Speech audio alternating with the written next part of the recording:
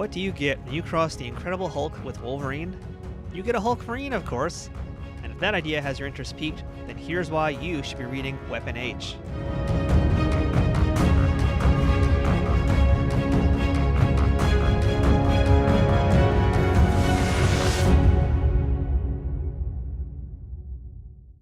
Weapon H first appeared in Totally Awesome Hulk number 21 in September 2017.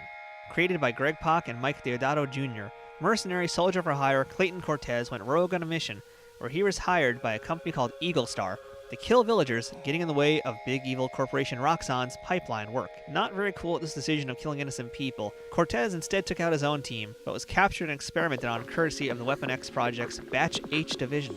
There, Clayton had his DNA fused with Amadeus Cho's Hulk and Old Man Logan, meaning super strength, healing factor, and claws, plus getting adamantium bonded to his skeleton, just for good measure, because really, why not? The result of this, a Hulkverine. Through all sorts of messy situations, Clayton eventually becomes a free Hulkverine, and makes it his mission to destroy Eagle Star facilities that have his and his family's information. So by the end of that initial origin story, it seems that the Hulkverine just kind of wants to live his own life, not be bothered by any of this stuff, and ultimately wants to be completely away from his family, so that he can't hurt them or get them into any more trouble. The Weapon H comic that we're talking about now picks up not long after that, as Clayton begins the classic Hulk trope of aimlessly wandering around like a hobo until adventures find you. Greg Pak is at the helm of this comic, continuing the tale of the character he originated, along with, and I'm sorry for mispronouncing your name here, because I probably am, Guy Villanova doing the art, and Maury Hollowell doing the colors. Clayton ends up in Alaska, which also happens to be where scientist Dr. Sterling is on site with some crazy other scientist who manages to summon a Wendigo, and despite lamenting how he doesn't want to get involved, of course Clayton does. He transforms into Weapon H to battle and defeat the Wendigo. This, however, catches the attention of Dario Agger from Roxxon. What does he want with the Hulkverine? To enter a mysterious portal that seems to be very important. It also happens to look a lot like that thing from Stranger Things, but that's fine. Imitation is the most sincere form of flattery, after all. While all of that's happening, Clayton's wife Sonia is trying to find out the truth about what happened to her husband. Turns out she's also an employee at Roxxon, and it isn't long before she does her own digging and eventually discovers the truth. We later learn what it is that Roxxon wants, which I'm not going to tell you, you'll have to read the comic for that. And Weapon H teams up with his wife and the Doctor to do Agger's bidding.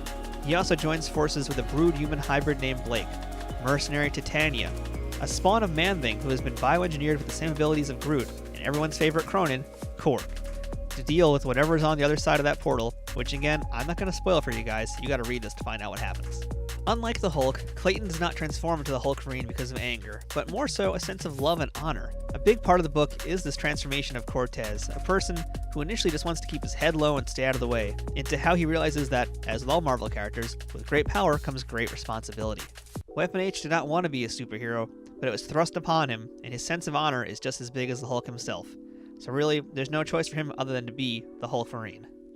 By the way, do you think it would hurt if Weapon H or the Hulk stepped on a Lego brick? I mean, sure, they're Hulks, but I don't care who you are. Lego pieces hurt, man. They hurt a lot. Anyway, back to the comic. What I love about Weapon H is how if you try to describe it to someone, especially with spoilers about the plot that I'm not going to discuss here, it sounds like the most insane story ever. Plus, this misfit lineup of characters is equally nuts.